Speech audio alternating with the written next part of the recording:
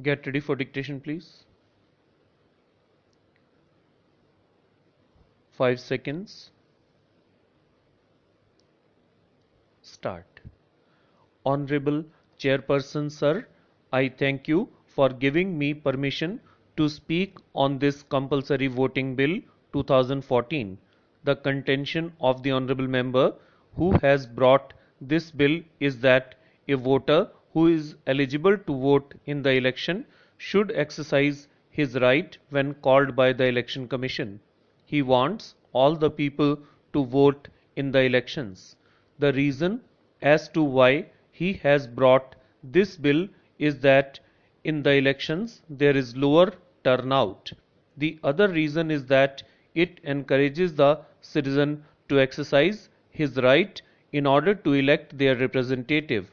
So the result of the elections would show the will of the electorates and not just a segment of them. I would like to remind the mover and all the members that in India we have seen for the past few elections there is increase in the number of electorates who turn to the polling booth every year. This compulsory voting has a history. It was mentioned that it is the duty of every citizen to participate in decision making, but attending the assembly was voluntary. They made every people to come and participate in the decision making process. That was the main reason in the olden days. This compulsory voting method has been in place in about 22 countries all over the world. In some countries the law is there, but it is not enforced. In some other countries the law is there and they are compulsorily enforcing that law. In India, so far, there is no compulsory voting in any place. But recently in Gujarat, in the local body elections, the assembly has made voting compulsory.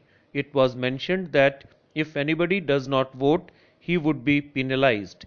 In countries like Australia, Argentina, and Brazil, compulsory voting is there and the law is enforced.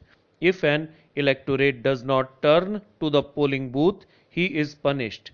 In this bill, the member has mentioned as to how this exercise should be done, how the people should be encouraged to vote, if they do not vote, how they should be punished, and so on. All these things are mentioned in this bill.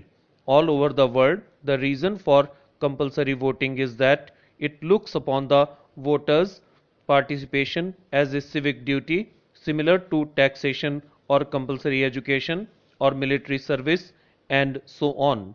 In some countries, military service is compulsory. In some countries, universal participation of electorates will help in electing a government which is more stable, legitimate, genuine in nature, and reflects the will of the people. This prevents disenchantment of socially disadvantaged groups. But the problem, if you follow this method, is that you have to conduct elections on holidays. In countries where this method is followed, election is conducted only on Saturdays and Sundays. People there vote through postal ballot, pre-poll voting is allowed, email voting is allowed, and even mobile voting is allowed. All these facilities are not available in our country. If people who are not likely to support any candidate participate in compulsory voting, there is likelihood of split votes or blank votes. This ensures that there is no possibility of a person being intimidated and prevented from voting. In India, we have the nota option which can be exercised if an elector is not willing to vote in favor of any candidate. If you introduce compulsory voting, it will prevent extremists or special interest groups to influence the voters to compulsorily vote for a specific candidate. But in non-compulsory voting method, it is the motivation by the politicians that encourages voters to go to polling booths.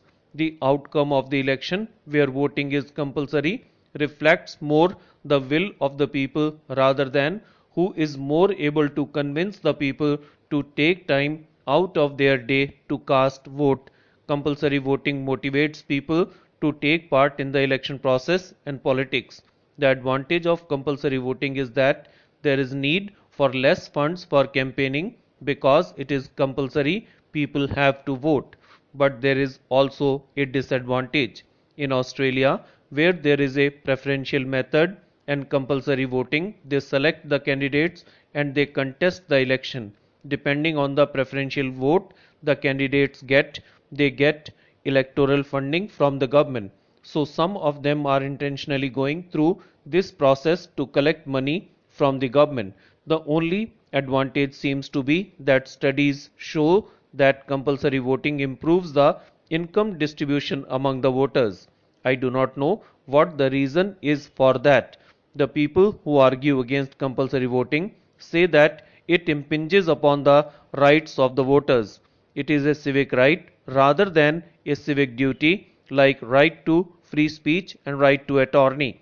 Other reason is that it impinges on Article 2 of the Universal Declaration of Human Rights, which talks about freedom of political opinion and thus right of the citizen to believe in a political system other than the democratic one, such as an absolute monarchy.